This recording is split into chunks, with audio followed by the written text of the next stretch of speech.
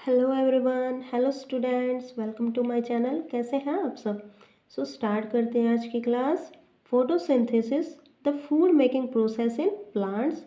आज की क्लास में हम फोटोसिंथेसिस के बारे में पढ़ेंगे। प्लांट्स में फूड फोटोसिंथेसिस की हेल्प से बनता है और आज हम इस प्रोसेस के बारे में डिटेल में पढ़ेंगे। Leaves are the food factories of plant. Leaves plant की फूड फैक्ट्री होते हैं। The synthesis of food in plants occurs in leaves.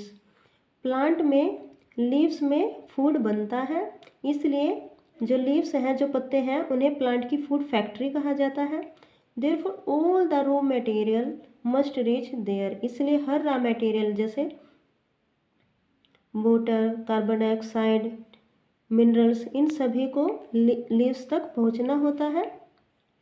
Water and minerals present in the soil are absorbed by the root.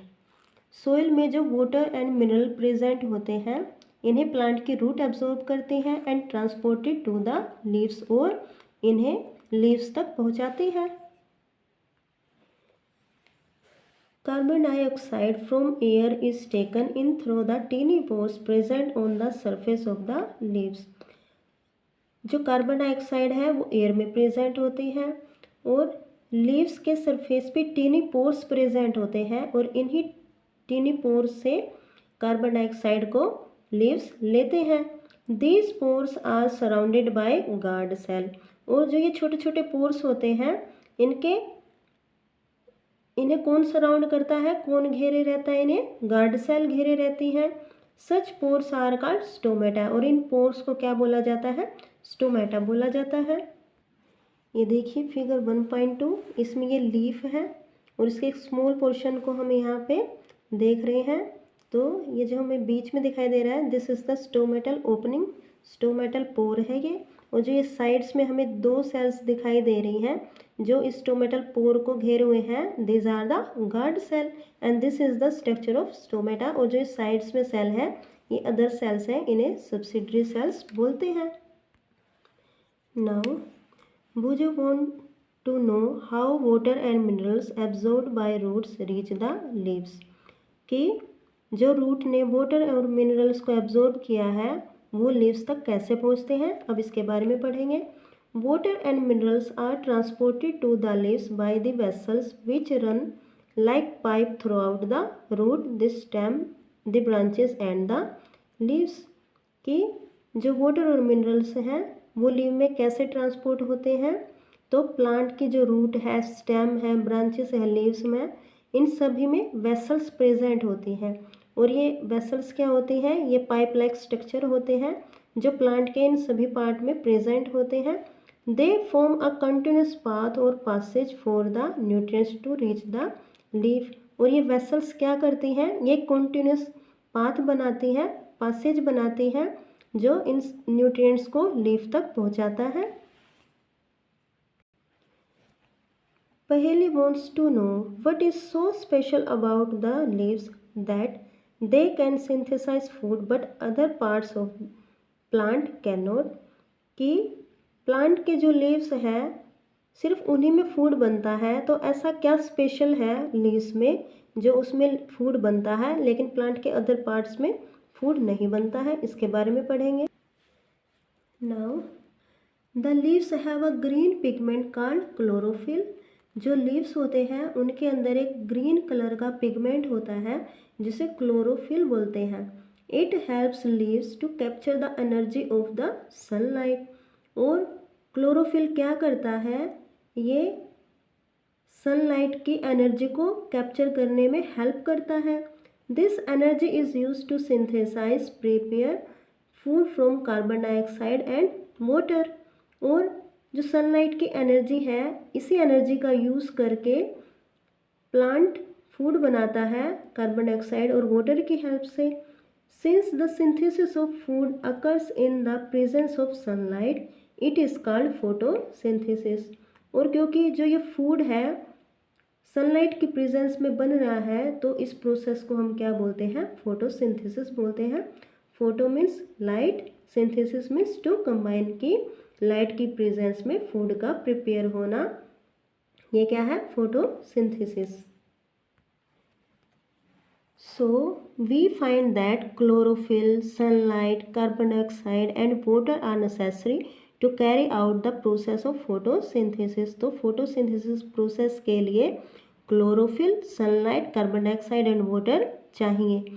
It is a unique process on the earth. और हमारी पृथ्वी पे photosynthesis एक unique process है. The solar energy is captured by the leaves and stored in the plant in the form of food. वो जो सन की जो energy है उन्हें कौन कैप्चर करता है? लीफ कैप्चर करते हैं.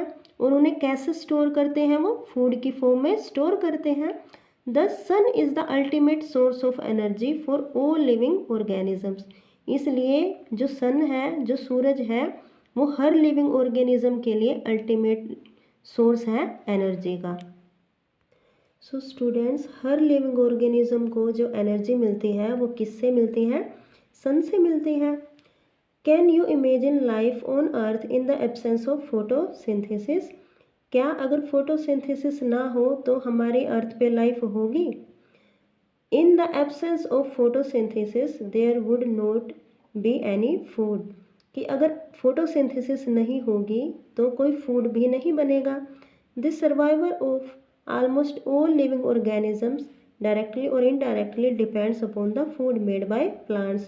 और हर ऑर्गेनिज्म प्लांट्स के ऊपर डिपेंड करता है अपने फूड पे. फूड के लिए डायरेक्टली या फिर इनडायरेक्टली हमें जो फूड है वो प्लांट से मिलता है. Besides oxygen which is essential for the survival of all living organisms is produced during photosynthesis.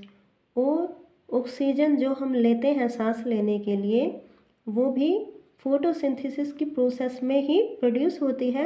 In the absence of photosynthesis life would be impossible on the earth. और अगर photosynthesis नहीं होगी तो ना हमें फूड मिलेगा, ना हमें ऑक्सीजन मिलेगी ब्रीथ करने के लिए, तो लाइफ अर्थ पे होगी ही नहीं. During photosynthesis chlorophyll containing cells of leaves in the presence of sunlight use carbon dioxide and water to synthesize carbohydrate. कि जब फोटोसिंथेसिस की प्रोसेस होती है तो उसमें हमें क्या चाहिए? लीव्स के अंदर क्लोरोफिल होना चाहिए. लीव्स में क्लोरोफिल होता है, वो सनलाइट की प्रेजेंस में कार्बन डाइऑक्साइड और वाटर को यूज़ करता है और वो कार्बोहाइड्रेट्स को बनाता है. और जो फोटोसिंथेसिस की प्रोसेस है वो उसे हम एक इक्वेशन में ऐसे रिप्रेजेंट करते हैं.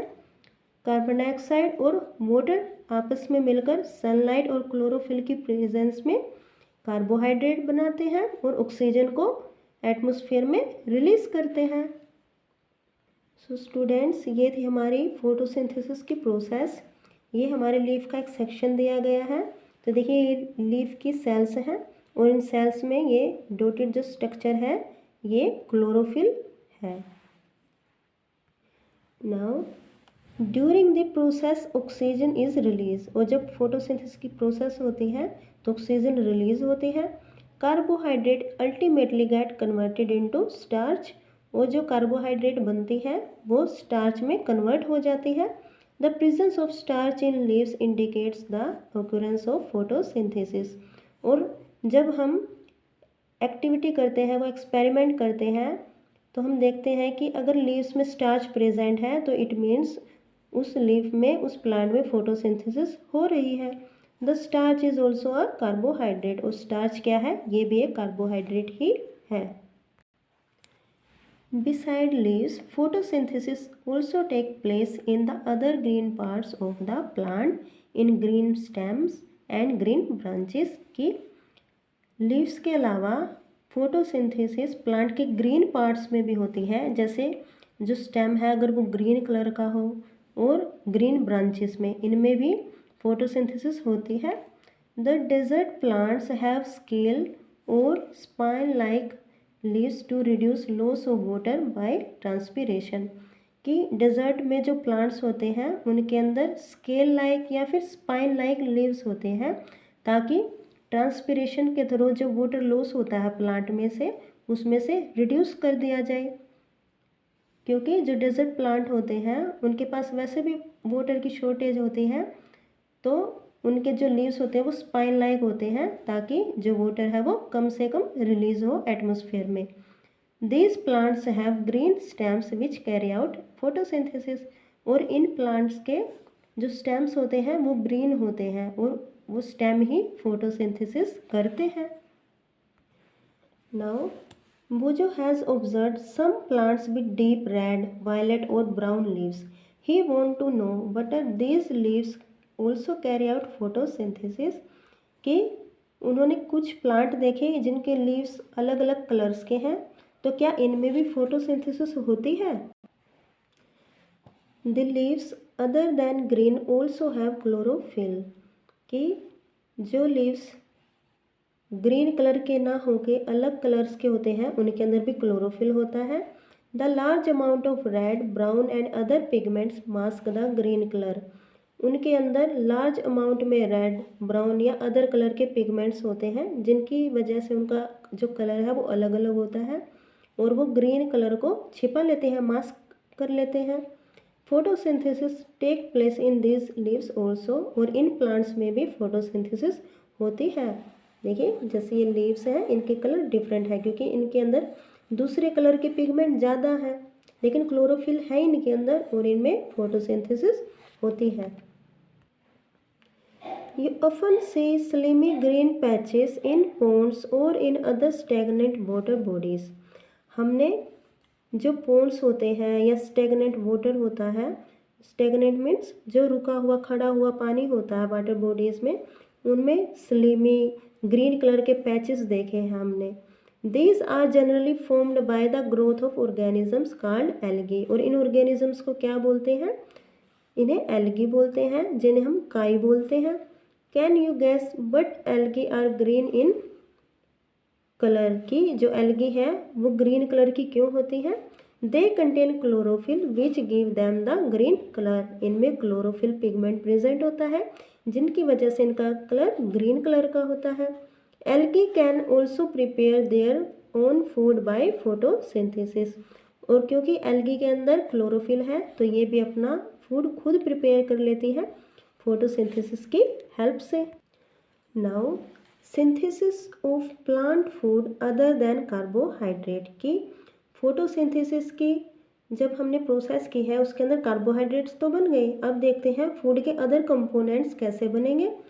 You have just learn that plant synthesise carbohydrate through the process of photosynthesis. की फोटोसिंथेसिस से कार्बोहाइड्रेट्स बने हैं। The carbohydrates are made of carbon, hydrogen and oxygen. और कार्बोहाइड्रेट्स किससे बनी है, कार्बन से, ऑक्सीजन से एंड हाइड्रोजन से। These are used to synthesize other components of food such as protein and fat। और इन्हीं से प्रोटीन और फैट बनाए जाते हैं। But protein are nitrogenous substance which contain nitrogen. But जो प्रोटीन है वो नाइट्रोजनस सब्सटेंस है और इन्हें नाइट्रोजन चाहिए। From where do the plant obtain nitrogen. तो प्लांट को नाइट्रोजन कहाँ से मिलती है। Recall that nitrogen is present in abundance in gaseous form in the air। कि जो नाइट्रोजन गैस है वो एयर में प्रेजेंट होती है गैस की फॉर्म में और अबंडेंस में लार्ज अमाउंट में प्रेजेंट होती है। However plants can not absorb nitrogen in this form. But plant nitrogen को गैस की फॉर्म में एब्जॉर्ब नहीं कर पाते। Soil has certain bacteria that convert gaseous nitrogen into a soluble form and release it into the soil। Soil में, मिट्टी में कुछ बैक्टीरिया होते हैं जो इस गैसेस नाइट्रोजन को एक सोल्यूबल फॉर्म में कन्वर्ट कर देते हैं और इसे सोइल में रिलीज कर देते हैं। This soluble form are absorbed by the plant along with water. और जब प्लांट वाटर को एब्जॉर्ब करते हैं तो वो इस सोल्यूबल फॉर्म में जो नाइट्रोजन प्रेजेंट है इसको भी एब्जॉर्ब कर लेते हैं। Also you might have seen farmers adding fertilisers rich in nitrogen to the soil. Also you might have seen farmers adding fertilisers rich in nitrogen in the soil. जो farmers हैं, किसान हैं, वो सोइल में fertilisers डालते हैं, add करते हैं जो नाइट्रोजन में रिच होते हैं। In this way, the plant fulfill their requirement of nitrogen along with the other constituent. और इस तरह से प्लांट्स को नाइट्रोजन भी मिलती है और अदर कंस्टिट्यूएंट दो जो अदर मिनरल्स होते हैं वो भी मिलते हैं. Plants can then synthesize components of food other than carbohydrates such as protein and fat. और इस तरह से प्लांट कार्बोहाइड्रेट बनाता है, प्रोटीन बनाता है और फैट बनाता है और अपने सारे न्यूट्रिएंट्स को गेन कर लेता है. सो स्टूडेंट्स, आज की क्लास में हमने फोटोसिंथेसिस के बारे में पढ़ा. आप इस वीडियो को लाइक करें, शेयर करें और इस चैनल की नई वीडियोस के अपडेट्स के लिए मेरे चैनल को सब्सक्राइब करें.